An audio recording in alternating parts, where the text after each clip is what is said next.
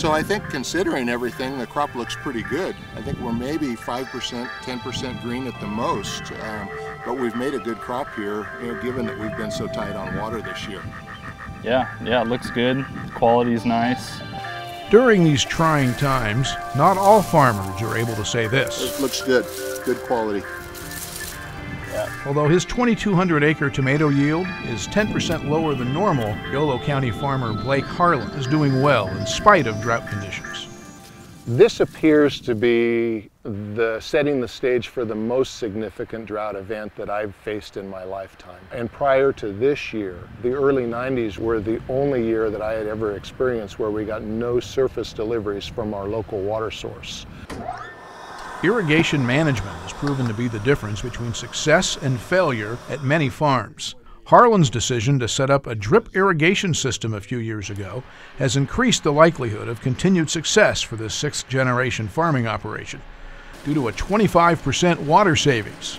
So how does it work? This tape is installed underground 10 to 12 inches. Some cases and some crops you'll lay this above the ground, but this is what we would call a permanent install, and this tape will stay in the ground for hopefully as long as 5 years, possibly longer. A tomato crop will typically use, give or take, 24 inches of water to make a crop to its full potential.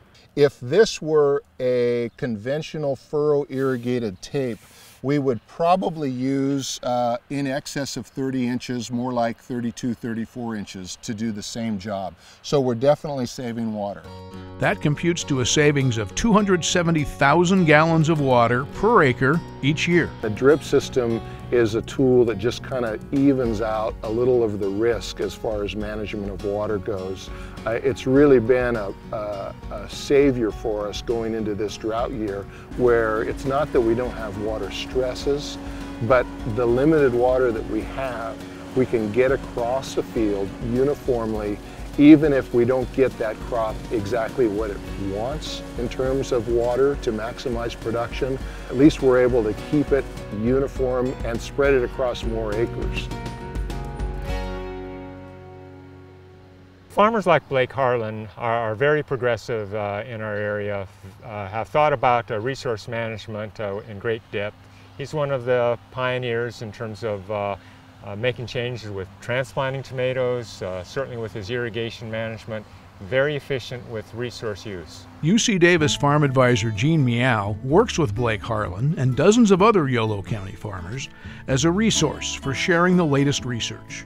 For growers in particular, it's been very beneficial using drip irrigation systems to meter out water and to meet crop evapotranspiration needs. It's a much more efficient system than our traditional furrow irrigation has been. Harlan also seeks advice from pest control expert Michael Bryan, whose weekly visits are most welcome.